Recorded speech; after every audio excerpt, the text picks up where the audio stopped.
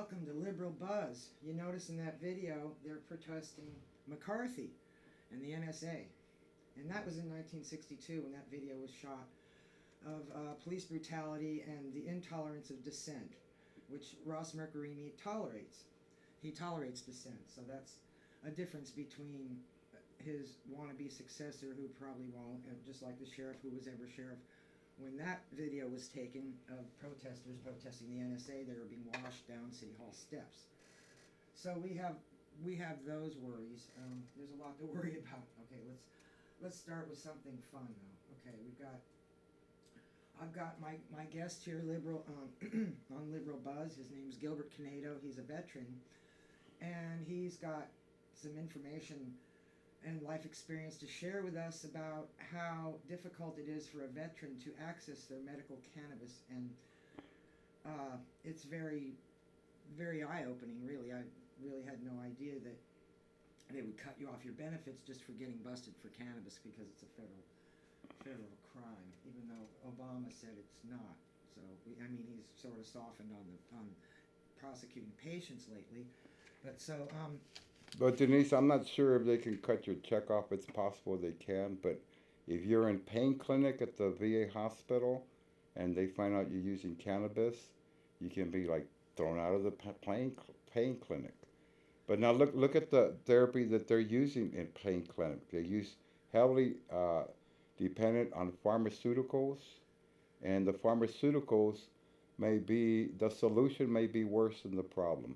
If you're taking pain medications, depending on which pain medications you're taking, some of them can damage your heart, your liver, and your kidneys, and your stomach too. So your back might feel better, but you're destroying the rest of your body. Ouch. Anyway, so continue. I'm sorry I interrupted you there. No, you haven't really. I do want to say that Gilbert's was a veteran of the Navy, and Yeah, I was. Iraq War, the first Iraq War. No. I was in between 75 and 78. I was only in 3 years. I was discharged and administratively discharged. But anyway, I was in right after Vietnam, and all our ship did was we evacuated stubborn Americans from Lebanon that refused to leave. The U.S. government sent them a 6-month notice saying the conditions were getting very serious and we're not going to be able to protect you from here on out because of war. And anyway, so we sent our helicopters in, and we had our ships went in, and we evacuated a bunch of stubborn Americans that refused to leave. And why didn't they want to leave? Because they're stubborn. Were they having whatever. too much fun with the Lebanese hash, or what? Well, no. Actually, it was quite serious. The Syrians wanted to march down. The Israelis wanted to meet them, and of course the Russians were backing the Syrians, and we're backing the Israelis. So it basically looked like the beginning of World War III. And here I was, 18 years old, and it would have been sudden death for me. And all I could think about was, there's a lot of things I haven't done yet. I'm too young to die. Anyway, so I wanted to talk about veterans' issues with rights. Veterans are like third-class citizens because I can't file a lawsuit against the Navy, the U.S. government. I can't file a lawsuit in federal court because we're prohibited. Veterans are not allowed to file lawsuits in federal court. They have like a little kangaroo court that's called the Court of Veterans Appeals, Federal Court of Appeals, and theoretically your case can go beyond that into federal court. But I don't think that's ever happened. They're almost treating them like undocumented immigrants. No due process. Well, Just. remember, they had a separate but not equal. They have a little federal court system that allows you to proceed to the federal court system that's a kangaroo court. It's totally useless. It's a facade of justice.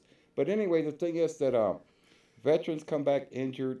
Uh, Currently, I don't know, it fluctuates between 20 to 25 veterans a day are dying from suicide, neglect, drug abuse, whatever you call it.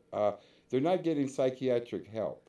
And if you remember back during the Iraq War, they had congressional hearings, and I believe it was Senator Boxer, or I can't remember who it was. It was a female senator, and she asked the general.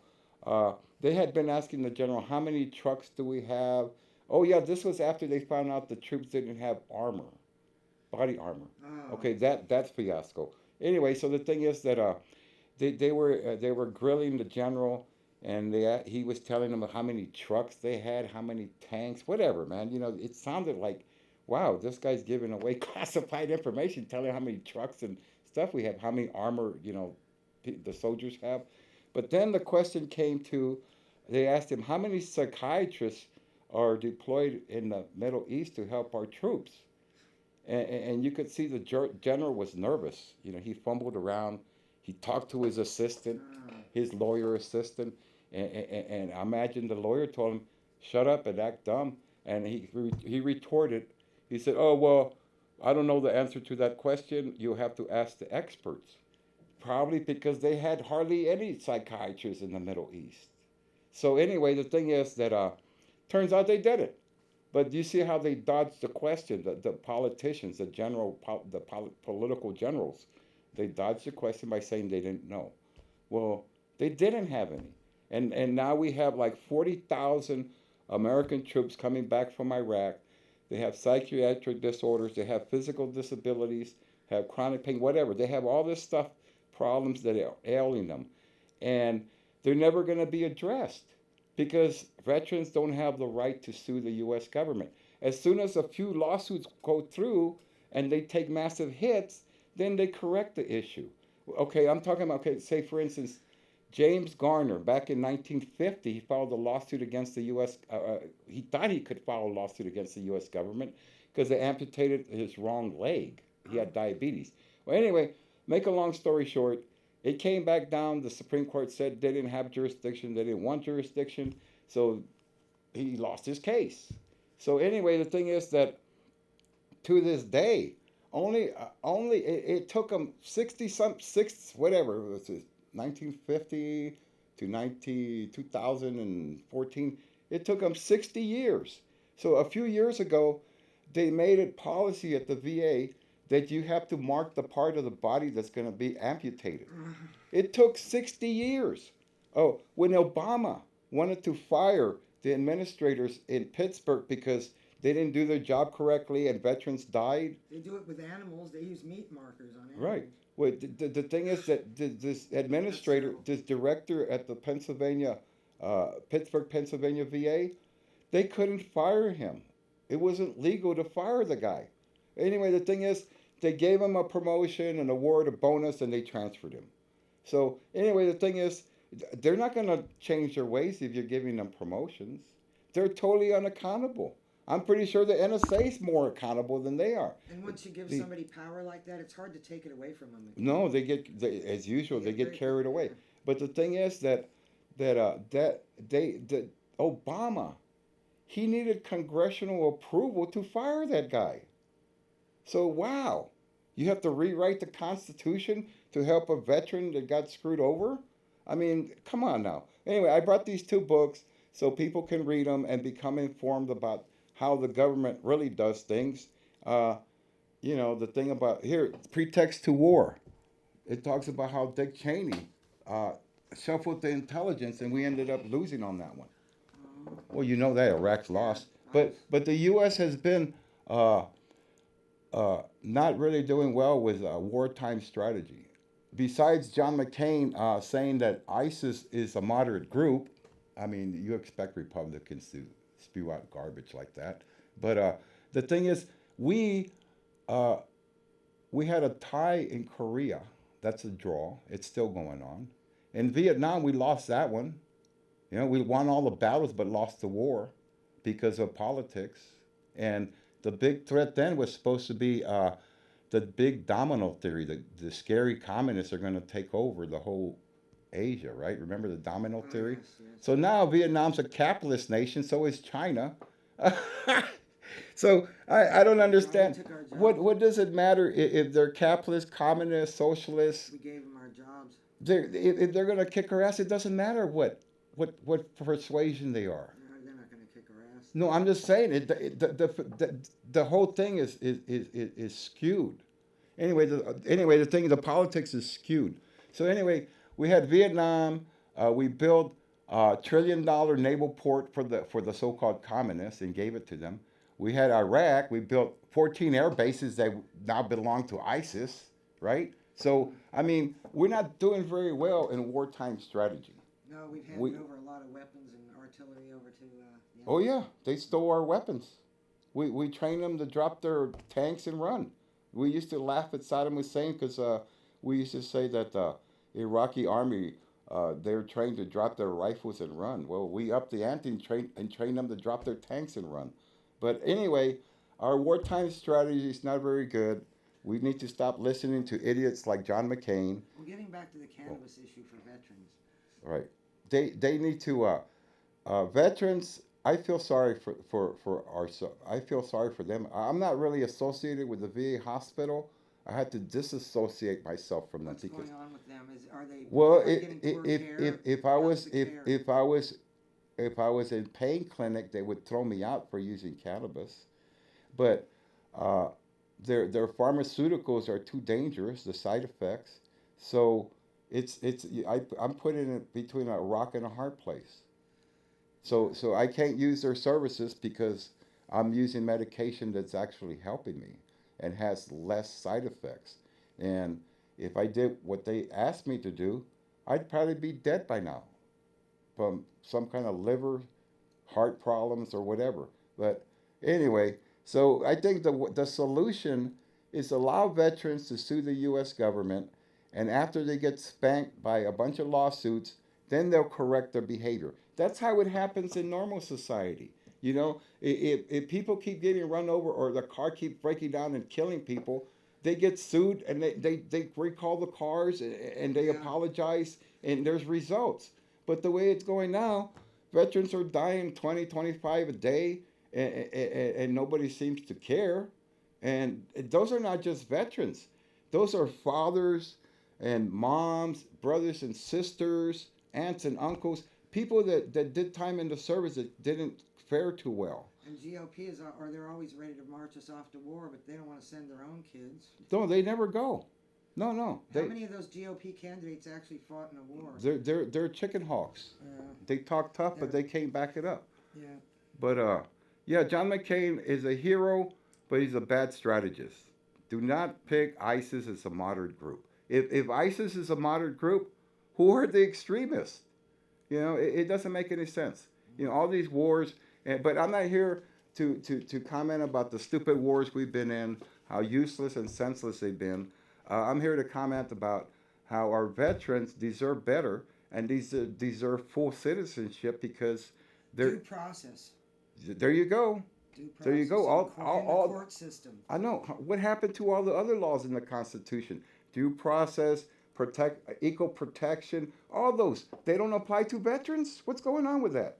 Are we slaves? And undocumented immigrants. Are we zombies? Are we because- property? What's up with that? Well, they're just not given due process because of, I guess, war. They consider war as hell, and the rules of war are different than civilians. Well, there's an economic bottom line too. War Could you imagine all the veterans going up there and suing the They hold U.S. government? civilians and military to different standards. Precisely for economic reasons. Do you imagine? Could you imagine? If they paid all those lawsuits for everybody that got hurt, there would be trillions and trillions of dollars in debt. But you know what's ironic is stop going to all these silly wars. Hey, their priorities are screwy because if you recall a few years ago, we had the meltdown, economic meltdown, and they were trying to pump the economy up by throwing money at it. Remember that? yes. They came down to free money for the banks and all this stuff. And I was telling them back then, I said, you know what, a way to pump money into the society, if you need the machine to keep going, is pay veterans their compensation. That's money that you owe them already anyway. And once you give it to a veteran, it's unlikely that any veteran's going to hoard that money and try to, whatever, become a multi-billionaire. He's going to spend it. It's going to go back into society. He's going to spend it at the store or whatever he spends it on. But that would have pumped money. That would have killed two birds with one stone. You could have, or I say my animal activist friend said, you don't have to kill the birds. you could just like chew them away. Oh Okay, yeah. so you can chew two birds away with one stone. Uh, you know, they could have done that. They could have pumped massive of money into society, and they could have paid veterans their compensation. So let's stop playing games. I mean, it took veterans with Agent Orange. It took them what 60 years to get their benefits. Uh, they dragged on the Iraq illness. The remember the the poisonings that they got from all the toxic stuff they were blowing up and stuff. Anyway, those people are still fighting the VA. And now the latest screw up is the head trauma injuries. There's Oh. over 40,000 American veterans with head trauma. And the federal government just started acknowledging that those exist, because before that they denied that some injuries even existed. They were controlling the information about the nature of injuries and contracted during suffered during war. Well, actually, it wasn't even the U.S. government that did that. It was the NFL, the National Football League, that came out with head concussions. And the Army had scientific data where you could take blood from your brain and find out if you had too many enzymes that you were more than likely to have head trauma. But what the VA is using now is a non-scientific, subjective test. It's like a psychological test. And guess what? Most veterans don't pass it. It's totally unscientific, and you get denied. Um, Meanwhile, they're killing themselves, 20 to 25 a day, and it's evil. It's evil. The VA and the U.S. government, by not doing anything or helping us, they're killing more Americans than the terrorists are. Are the terrorists killing 20 to 25 Americans every day? no, when they do, they're usually There we in the go. South, white guys between the ages of 18 and 30, All right. or maybe 50. Oh, okay. Denise, you got about what, four Yeah, more minutes? well, let's get to. We're gonna have you on again sometime, Gilbert. You've got a lot more to say about these issues pertaining to veterans and their housing. If you're a veteran and you're getting your benefits, how it could affect your housing and your medical benefits and all that sort of thing. So that's very eye opening that you can't really Well, have due process in the Well, medical I community. basically have to cut myself off from the VA. I can't go to their hospitals.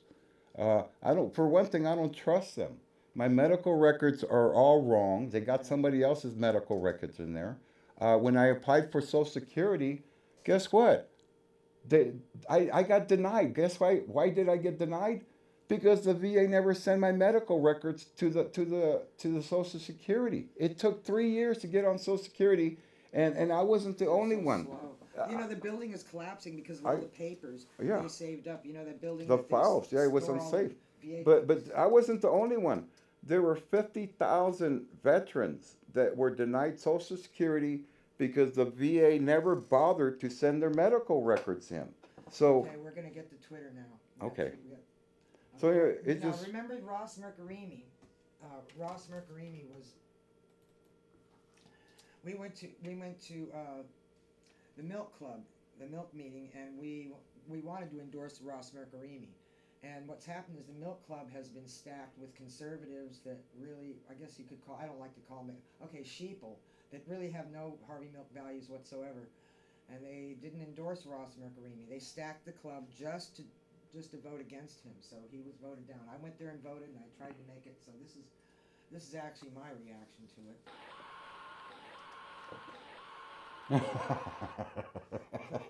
This is my reaction to it. This is how I reacted to Ross Mercarini. That's hilarious. It really was irritating to have the vote stacked that way. It was, see, Ross's decision, Ro- see, the demolition of 850 Bryant, you know, Ross has gone back on that decision. He goes back on things, you know. He doesn't really do it. He doesn't really keep the same opinions if he thinks, you know, his opinions change, which is great. The jail population's dropped by 30%, you know, under Ross, less inmates then, no new jail needed. And the DA in City Hall brags about the lack of need for a new jail, but fails to implement alternative to jail policies like bail reform. So San Francisco's had the lowest jail visitation rates of 9 Bay Area counties, because it's horrible. I've visited people in there; it's awful. Plus the kids of inmates had no access, so Ross is working on that. He's helping them get educated. The inmates will be able to, they're rehabilitating them. They're focusing on that rather than just punishing people and teaching them how to be more, cultivating criminals, basically. And and the birth justice, and they've got, Ross has that going on. He was the only sheriff to support legalization of cannabis. And Ross knows the war on drugs failed miserably with the over-incarceration and the profitable jail industry, which disgusts him. He defies, let's just say this. He made the police commission more transparent, and Ross co-authored the modern, I've got a few seconds. So vote for Ross, and if you want 15 seconds. if you want things to get better in your community, you got to get out there and volunteer for progressive candidates during elections. That does a lot because they don't have the money to pay for, a lot of people to work for them. So with that, please come and watch our show again on the 20th. Bye-bye. All right.